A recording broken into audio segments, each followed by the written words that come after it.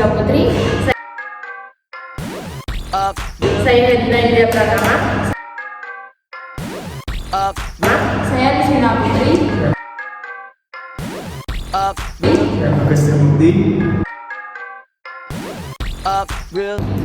Di sini kami mau membahas tentang perekonomian Indonesia. So stay tune apa yang kami bahas di sini.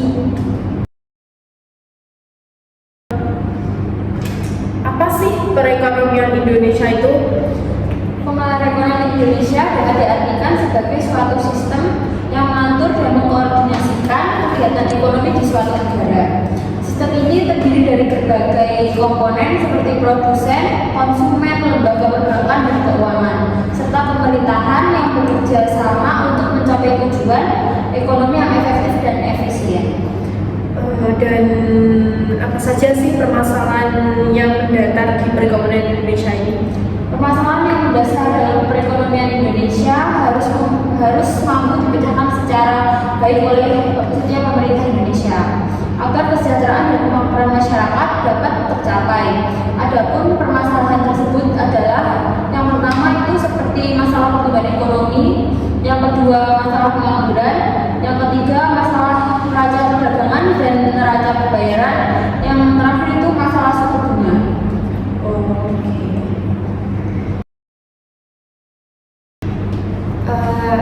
Tahu nggak sih apa itu desentralisasi? Jadi desentralisasi ekonomi itu adalah proses di mana keputusan ekonomi itu dipindahkan dari pemerintah pusat ke tingkat lokal atau regional. Ini mencakup transfer wewenang dalam hal anggaran, pembangunan infrastruktur, dan pengelolaan sumber daya alam. Terus tujuan dan manfaat dari desentralisasi itu sendiri apa? Untuk tujuannya yaitu mendekatkan pemerintah kepada masyarakat sehingga pada akhirnya itu dapat memahami kebutuhan masyarakat dalam melaksanakan pembangunan untuk mencapai kesejahteraan. Dan untuk manfaat dari desentralisasi ekonomi ini yaitu dapat memberikan sejumlah manfaat termasuk peningkatan efisiensi dan responsivitas pemberdayaan masyarakat lokal dan pengurangan ketidaksetaraan regional.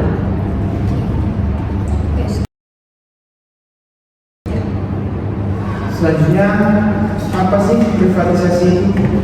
Jadi secara umum privatisasi itu salah satu kebijakan ditempuh oleh pemerintah Indonesia untuk mengalihkan sebagian atau seluruh aset milik negara kepada swasta.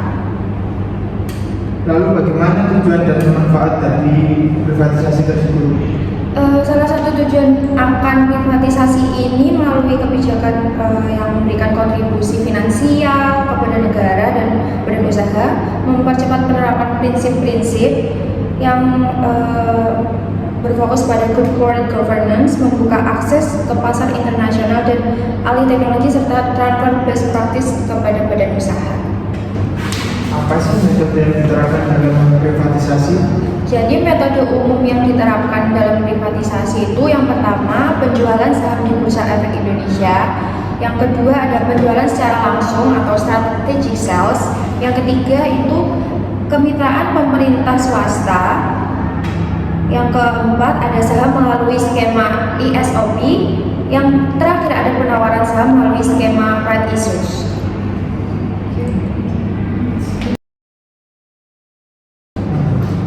Globalisasi ekonomi itu?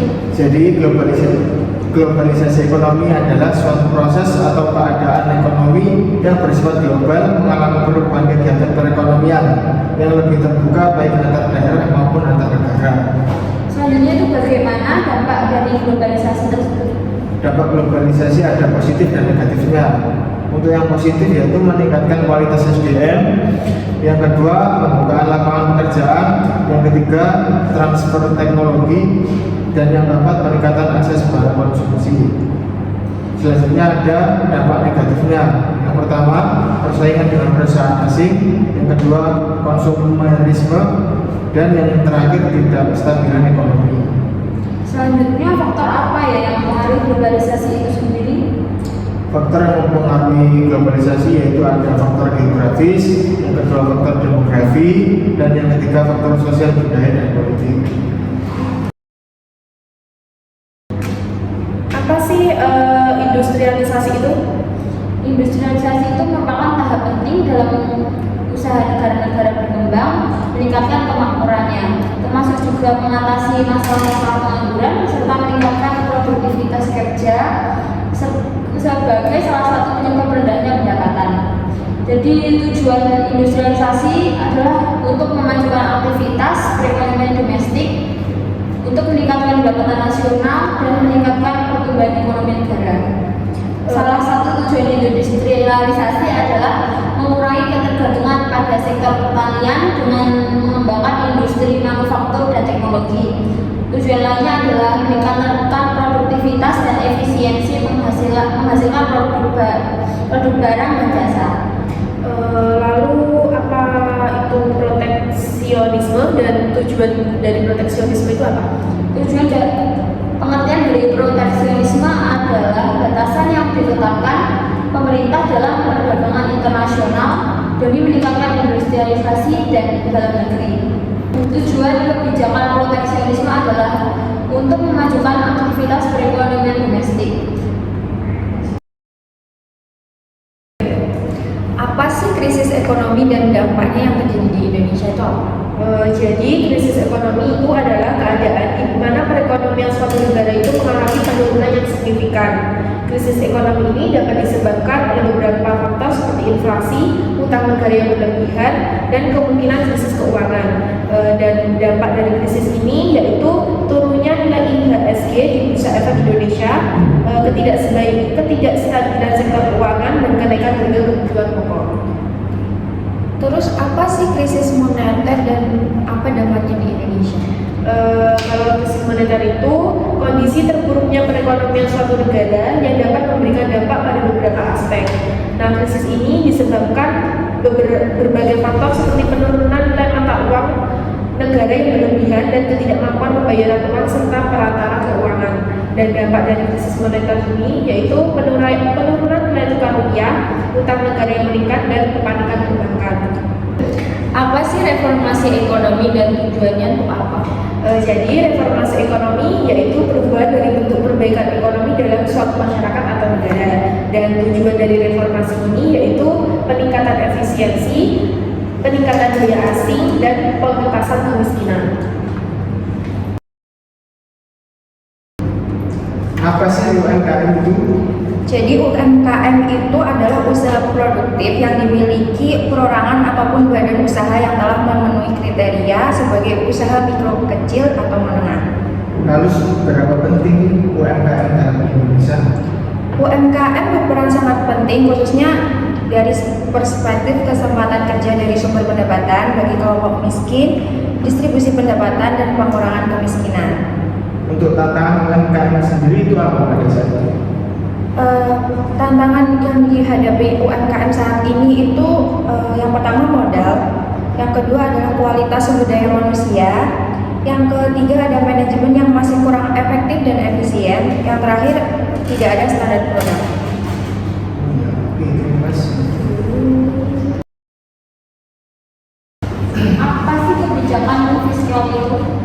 Kebijakan fiskal adalah salah satu kebijakan ekonomi yang dicanangkan suatu negara untuk mengelola serta mengarahkan perekonomian ke kondisi yang lebih kondusif. Apa tujuan dari kebijakan fiskal itu sendiri? Untuk tujuan dari kebijakan fiskal yaitu mencegah pengangguran, stabilitas harga, meningkatkan kesempatan kerja, meningkatkan stabilitas ekonomi. Macam-macam kebijakan fiskal itu apa sih? Yang pertama yaitu pembiayaan fungsional, dan yang kedua pengelolaan anggaran, yang ketiga stabilisasi anggaran otomatis.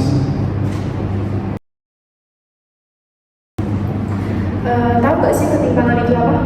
Ketimpangan atau kesenjangan itu adalah kondisi di mana terdapat perbedaan atau ketidakseimbangan yang signifikan antara dua atau lebih hal, seperti pendapatan, kekayaan, akses terhadap layanan, kesempatan dalam masyarakat atau sistem. Salah satu alasan utama penyebab kesenjangan adalah faktor ketidakmerataan distribusi yang mengakibatkan beberapa pihak masyarakat yang diuntungkan sementara pihak yang lain merugikan. Lalu bentuk-bentuk dari ketimpangan itu apa aja? Ada yang pertama itu ketimpangan ekonomi, yang kedua ketimpangan sosial dan budaya. Oke. Terus apa sih kemiskinan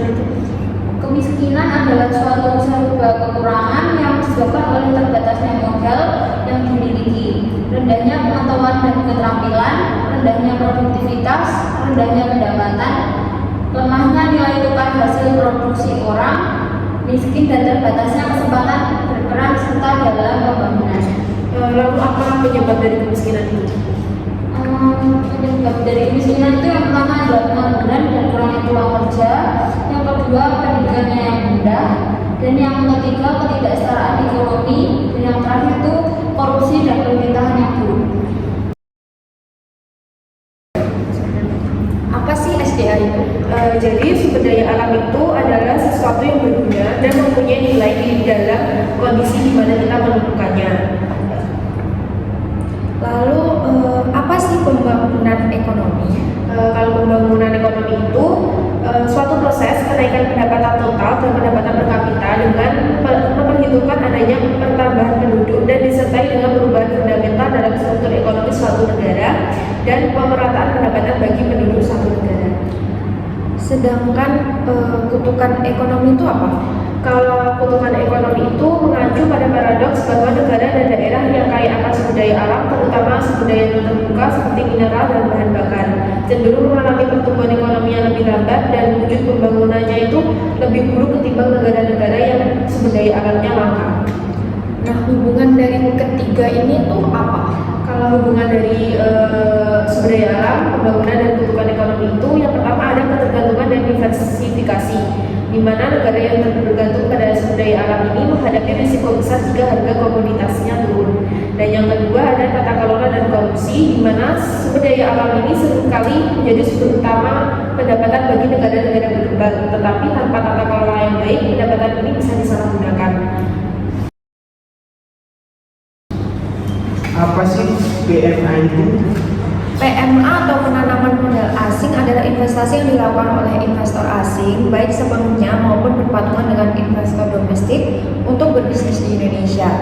PMA memerlukan pemeriksaan aktivitas bisnis di daftar positif investasi dan wajib menyampaikan laporan aktivitas investasinya serta laporan pajak bulanannya.